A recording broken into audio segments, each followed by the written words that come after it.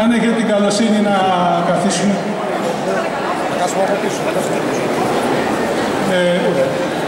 Λουρδής Γιώργος λέγομαι εγώ, είμαι μηχανικός, μηχανολόγος μηχανικός και έχω δουλέψει αρκετά χρόνια σε εργοστάσια, τόσο στην Ελλάδα όσο και στο εξωτερικό. Αγγλία, Νιγηρία, Ουκρανία, Γερμανία. Παράλληλα έχω μεγαλώσει σε βάρκα, σε επαγγελματικό σκάφος ψαρέματος. Ο πατέρας μου είναι ο κύριος που κάθεται εκεί πέρα. Στα 81 του χρόνια είναι ενεργεία επαγγελματίας ψαράς, με περισσότερα από 65 χρόνια στο επαγγελματικό ψάρεμα. Αλλιευτικός τουρισμός, fishing tourism, που ξέρει όλος ο κόσμος.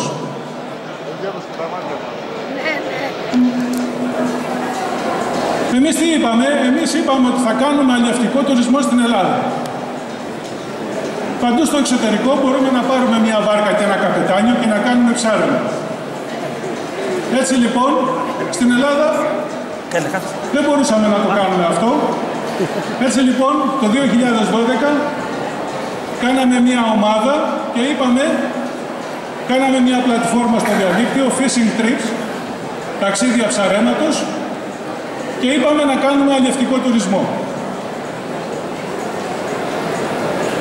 Τι είναι ο αλλιευτικός τουρισμός και ποιο ήταν το πρόβλημα? Ο αλλιευτικός τουρισμός είναι η δυνατότητα που έχει ένας επισκέπτης ή τουρίστας μιας περιοχής να μπει σε ένα σκάφος, είτε για να ψυχεί, για μια βαρκάδα που λένε, είτε για να δει τον επαγγελματία να ψαρεύει, επίδειξη τρόπου ψαρέματος, είτε να κάνει και ο ίδιος ψάρεμα. Βέβαια με μια πετονιά, με ένα καλάμι κλπ. Αυτό είναι κάτι το οποίο συμβαίνει σε όλο τον κόσμο.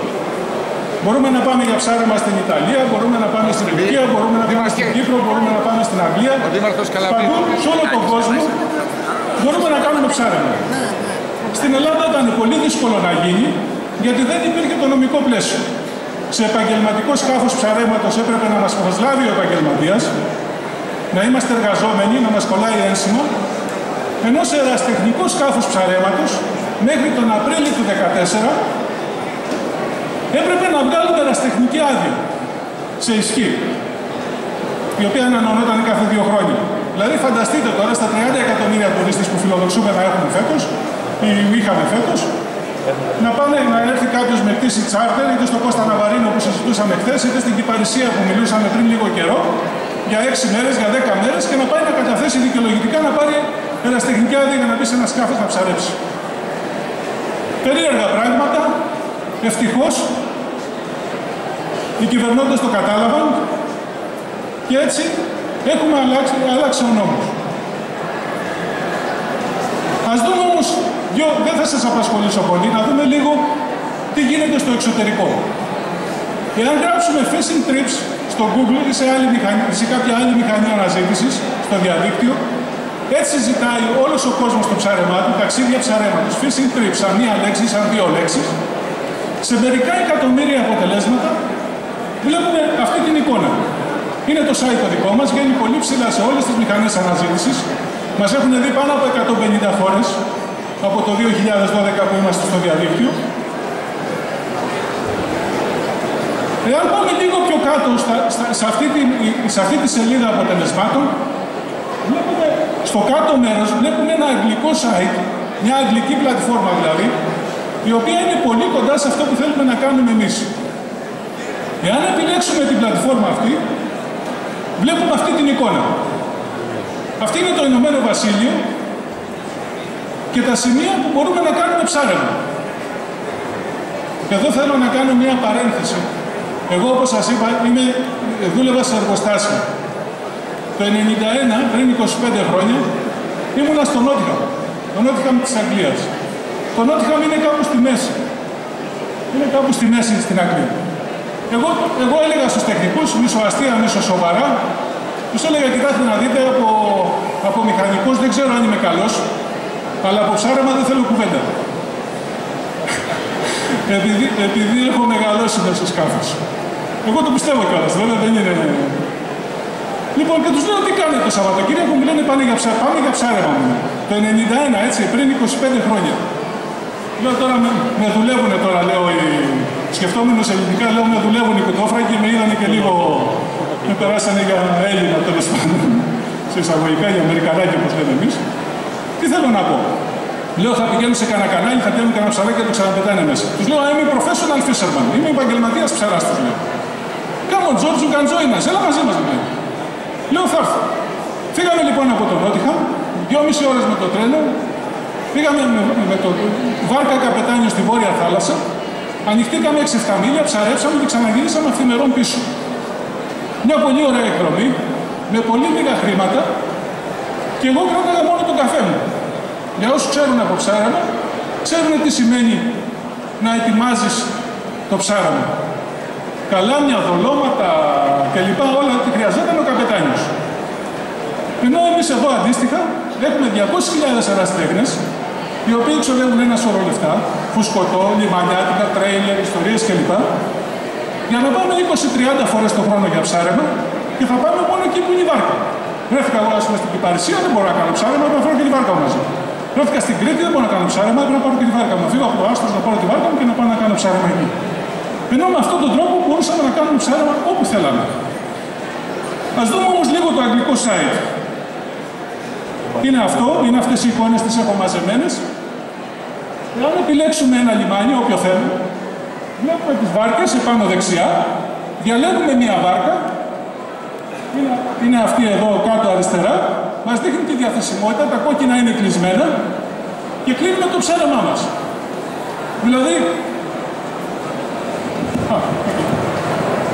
Δηλαδή με λίγα λόγια, εμείς που είμαστε εδώ μια παρέα τώρα, είμαστε 50-100 άτομα, μπορούμε να κλείσουμε το ψάρεμά μας οπουδήποτε θέλουμε στον κόσμο.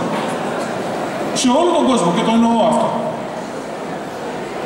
Τόσο απλά, σε 2-3 λεπτά να κλείσουμε το ψάρεμά μας. Να μας έρθουν στα δικά μας. Λοιπόν, κάναμε την πλατφόρμα και παλεύαμε να αλλάξει ο νόμος. Δηλαδή, να επιτραπεί και στη χώρα μας ο αλλιευτικός τουρισμός. Αυτό εδώ είναι η αλληλογραφία μας. 3,5 χρόνια. Μιλούσαμε με συμβούλους υπουργών, μιλούσαμε με πολιτικούς, μιλούσαμε με ψαράδες, με αλλιευτικούς συλλόγους, το θέλουν όλοι οι ψαράδες. Δεν υπάρχει ένας σύλλογος που μας είπε ότι ξέρεις αυτό που κάνεις είναι λάθος, δεν μας αρέσει, δεν το θέλουμε. Γιατί όχι. Μπορούμε να έχουμε ένα έξτρα εισόδημα. Το ζητούσαν οι επαγγελματικοί αλλιευτικοί σύλλογοι και συζητώντας λέγαμε καλά γιατί δεν παίρνουμε το νομικό πλαίσιο που ισχύει σε μια άλλη χώρα, στην Ιταλία, στην Ισπανία, στην Αγγλία και να το εφαρμόσουμε αύριο το πρωί. Ξέρεις αυτό, κουβέντες. Αλλά για να μην είμαστε γκρινιάριδες πάλι καλά. Το 2015 δημοσιεύτηκε σε ΦΕΚ ο αλλιευτικός τουρισμός. Τον Απρίλη του 2015 βγήκε η διευκρινιστική εγκύκλειος και από τέλος καλοκαιριού του 2015 έχουμε τις άδειες. Έχουμε τώρα πάνω από 30 σκάφη σε όλη την Ελλάδα. Οι μεγαλύτεροι τουριστικοί προορισμοί, Κρήτη, Κεφαλονιά κλπ. Πάνε πολύ καλά, τρέχουν. Εμείς εδώ προσπαθούμε να το αναπτύξουμε. Έχουμε βέβαια το πλεονέκτημα ότι εμείς είμαστε οι πρωτοπόροι. Και αυτό πρέπει να το τονίσουμε. Ο Δήμος Βόρειας Κινουρίας, να ευχαριστήσω και πάλι τον κύριο Ματά γιατί μας βοηθάει. Η Περιφέρεια Πελοποννήσου, ο κύριος Τατούλης, η κυρία Τατούλη, θέλω να πω δηλαδή ότι είναι συμπαραστάτες σε πάρα πολλά μέρη. Έχουμε και το πάνερ μας στηρίζει στο φυλάδιο. Θέλουμε να το πάμε παντού. Θέλουμε να πούμε ότι εμείς και να το πούμε και θέλουμε να κάνουμε αλλιευτικό τουρισμό στην Ελλάδα. Έχοντας λοιπόν το νομικό πλαίσιο, βλέπουμε τα σημεία που μπορούμε να κάνουμε ψάρεμα, βλέπουμε το σκάφος. Αυτός είναι ένας φίλος στην Κύθνα, αν δεν κάνω λάθος. Έχει το παραγάδι του, κλείνουμε το ψάρεμα και πάμε μαζί του για ψάρεμα. Τόσο απλά. Παράλληλα κάνουμε και άλλα πράγματα. Καταρχήν, θέλουμε να πείσουμε πολλούς ότι πρέπει να γίνει παντού. Πρέπει να γίνει σε κάθε περιοχή της πατρίδας μας. Στον Αργολικό κόλπο, στην Κυπαρισία, στην Κόρινθο, παντού μπορεί να γίνει αυτό. Να έχουμε 3-4 σκάφη, τουλάχιστον, και να το προβάλλουμε στο εξωτερικό. Εμείς πηγαίνουμε σε εκθέσεις, δίπλα είναι η οικογένειά μου, φιλοξενούμενοι όπως είπα, την περιφέρεια και προσπαθούμε να επικοινωνήσουμε αυτό τον αλλιευτικό τουρισμό, το fishing tourism που ξέρει όλος ο κόσμος. Επειδή όμως έχουμε το νεράκι της θάλασσας, είμαστε λίγο, έχουμε το μικρόβιο, θα θέλαμε να πούμε και 2-3 ακόμα πράγματα, δεν θα σας κουράσω 5 λεπτά ακόμα.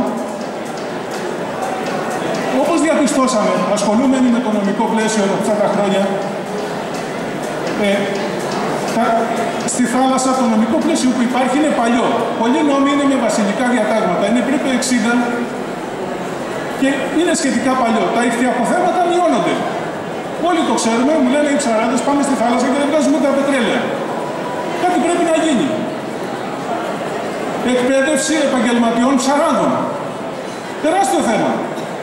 Μιλώντας με συμβούλους υπουργών, τους λέγαμε, μου λέγανε, κύριε, μην ανησυχείς, ο αλλιευτικός τουρισμός έχει δρομολογηθεί, θα βγει όπως να είναι. Λέω, με την εκπαίδευση θα κάνουμε τίποτα. Μου λένε, τι είπες? Λέω, είμαι νεαρός, τελειώνω το σχολείο, είμαστε σε περίοδο κρίσης και θέλω να γίνω ψαράς. Δεν πρέπει να πάω σε ένα ΙΕΚ, σε ένα ΕΠΑΛ, σε μια τεχνική σχολή κάπου, να γίνω ψαράς, να μάθω 5 πράγματα για τη θάλασσα. Ναι, μου λέει, ξέρετε, θα το δούμε. Λέω, μεγαλύτερος ψαράς. 40 χρόνων ψαράς, 50 χρόνων ψαράς. Δεν πρέπει να μάθει, λέω, με κάποιο τρόπο, μέσα από το διαδίκτυο, μέσα από με κάποια σεμινάρια, τι κάνουν άλλοι Ευρωπαίοι συνάδελφοι. Τι επιδοτήσεις υπάρχουν. Το ΕΣΠΑ το 14-20 έχει 523 εκατομμύρια ευρώ για την αλία και θάλασσα. Πώς θα φτάσουν αυτά στο ψαρά? Συνδικαλιστές ψαράδες με άδεια αλλιευτικού τουρισμού. Εδώ έχουμε τσακωθεί κιόλας με κάποιους συνδικαλιστές γιατί μιλάω με αρκετούς ψαράδες. Του λέω, εσύ πρέπει να είσαι ο πρώτος που θα πάρεις άδεια. Μου λέει, γιατί? Του λέω, εσύ δεν ενδιαφέρεσαι, του λέω, για να αυξηθούν τα ηχθιαποθέματα στην περιοχή σου. Να πάει καλύτερα ο κλάδος. Μου λέει, ναι, ενδιαφέρομαι. Του λέω, δεν πρέπει να πάρεις έναν δημοσιογράφο, να το βάλεις μέσα στο καΐκι σου, να του δείξεις τι γίνεται στην περιοχή σου. Αυτός είναι νόμος, αυτός είναι παράνομος, πρέπει να γίνει αυτό ή πρέπει να γίνει το άλλο. Μου λέει, καλά τα λες, μου λέει. Λέω, αφού ποιος είναι ο μόνος νόμιμος τρόπος να βάλεις κάποιον στο σκάφος άμα δεν θέλεις να το προσλάβεις? Μου λέει, ποιος είναι? Του λέω, να πάρεις άδεια αλλιευτικού τουρισμού. Στη θάλασσα έχουμε πολλά πράγματα να πούμε. Παραδείγματος χάρη, λέω εγώ τώρα, τα δελφίνια. Και μάλιστα μπορεί να με ακούνε κάποιοι και να μου πούνε ότι είναι πολύ καλά τα δελφίνια να τα βλέπουμε κλπ. Αλλά κάνουν και ζημιές. Ανοίγουν τρύπες στα δίχτυα. Ο λαγοκέφαλος στην Κρήτη είναι τοξικό ψάρι και δεν αφήνει τίποτα στο πέρασμά του. Αυτά τα πράγματα πρέπει με κάποιο τρόπο να τα επικοινωνήσουμε. Τους λέω μέσα από μια πλατφόρμα, μέσα από το διαδίκτυο. Το διαδίκτυο είναι εργαλείο. Εγώ είμαι 52 χρόνων, έτσι. Δεν έχω μεγαλώσει με το διαδίκτυο. Αλλά είναι ένα εργαλείο, πιστεύω, είναι για παιδιά από 5 έως 95 χρονών. Και πρέπει να τα πούμε, να μιλήσουμε και για τη θάλασσα. Όπως είπαμε, το ΕΣΠΑ έχει πολλά χρήματα. Τελειώνοντας, δύο κουβέντες ακόμα. Πολλές ανάλογες πλατφόρμες στο εξωτερικό, όταν μελετούσαμε για να βγει αυτό ο αλλιευτικός τουρισμός, πώς θα κάνουμε την πλατφόρμα μας και καταλήξαμε σε αυτό το fishing trips.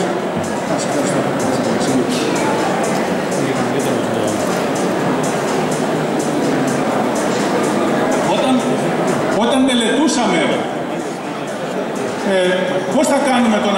πώς θα είναι η πλατφόρμα μας, τι πρέπει να κάνουμε κλπ. Είχαμε πάρει πάνω από 80 ανάλογες πλατφόρμες από άλλες χώρες και μελετούσαμε. Κάποιες από αυτές είδαμε να έχουν μπάνερ αεροπορικών εταιριών. Κάποιοι άλλοι, ξέρω εγώ, τουριστικές πληροφορίες, ξενοδοχεία κλπ. Συζητώντας εγώ με ανθρώπους που ξέρουν από το διαδίκτυο, τους λέω, καλά, εδώ τι συμβαίνει ρε παιδιά, τι γίνεται? Μου λέει, κάποιοι πρώτα κλείνουν το ψάρεμά τους και μετά τις διακοπές τους. Και αυτό δεν το θέλαμε εμείς εδώ στην Ελλάδα. Δεν θέλαμε αυτούς τους ανθρώπους. Αυτοί οι άνθρωποι μπορεί να είναι πολλοί σε όλο τον κόσμο. Μπορείτε να φανταστείτε τι σημαίνει αν μπορέσουμε να αυξήσουμε τον τουρισμό μας, να αυξήσουμε τους τουρίστες στην Ελλάδα μόνο και μόνο από το ψάρεμα. Μιλούσα πριν 2 εβδομάδες στην Άρτα, στον Αμβρακικό κόλπο. Με είχαν καλέσει, ήταν η δεύτερη φορά που πήγαινα εκεί. Ο Αμβρακικός κόλπος είναι και αυτός ένας πολύ πλούσιος κόλπος. Έχει μεγάλα πλεονεκτήματα. Έχει τη γάμπαρη, έχει ψάρια, έχει πολλά πράγματα. Εκεί μπορούμε να κάνουμε πάρα πολλά πράγματα. Δηλαδή να βλέπει ο άλλος άστρος, παράλληλο άστρος, ψάρεμα ξέρω εγώ κλπ. Και να λέει εκεί θέλω να πάω. Βγαίνουμε πολύ ψηλά σε όλες τις μηχανές αναζήτησης στο διαδίκτυο. Το Fishing Trips είναι αυτό που ξέρει όλος ο κόσμος. Και το γνωρίζουν όλοι όσοι έρχονται στην Ελλάδα. Όταν λέμε όλοι. Είμαστε η τελευταία χώρα στον κόσμο που πάει να το εφαρμόσει. Και εδώ θέλω να πω κάτι. Μέσα στην πλατφόρμα, στην επικοινωνία έχουμε πολλά πράγματα για μας. Τα νέα έχουμε το νομικό πλαίσιο. Αυτό είναι ένα αφιέρωμα που έχει κάνει στο περιοδικό Αγρικόλα ο Νίκος ο Φιλιππίδης και η Καθημερινή. Είναι ένα τρισέλιδο αφιέρωμα που μιλάει για το τι κάνει ο ανταγωνισμός. Τι γίνεται στην Ιταλία, τι γίνεται στην Ισπανία.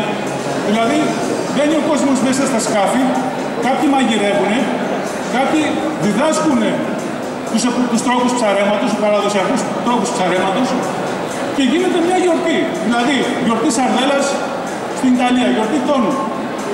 Αυτά εμείς εδώ έχουμε το μεγαλύτερο αλλιευτικό στόλο στην Ευρώπη. Έχουμε μεγάλη παράδοση στην επαγγελματική αλία. Έχουμε μεγάλη παράδοση στην κατασκευή παραδοσιακών σκαφών, τα οποία παρεμπιπτόντως εδώ, με ένα νόμο που είχε βγει στην Ευρωπαϊκή Ένωση, καταστρέψαμε πολλά σκάφη, ενώ θα μπορούσαμε να σταματήσουμε τη δραστηριότητα της στράτας ή κάποια άλλη δραστηριότητα και να βάλουμε το σκάφος σε άλλη, το βάλουμε στον αλλιευτικό τουρισμό παραδείγματος χάρη. Να μην καταστρέψουμε τέτοια σκάφη. Για να μην τα πολυλογώ. Καταρχήν σας ευχαριστώ πολύ, είναι ιδιαίτερη τιμή για μένα να παρουσιάσω αυτό το πράγμα σε αυτό το φόρο. Θα ήθελα όμως καταρχήν ευχαριστώ πολύ γιατί είπαμε, τώρα να αρχίσουμε τις ευχαριστήσεις δεν τελειώσουμε, αλλά θέλω να πω ότι πρέπει αυτό το πράγμα να το αναπτύξουμε και να ξέρουμε όλοι ότι αυτό γεννήθηκε από εδώ. Σας ευχαριστώ πολύ.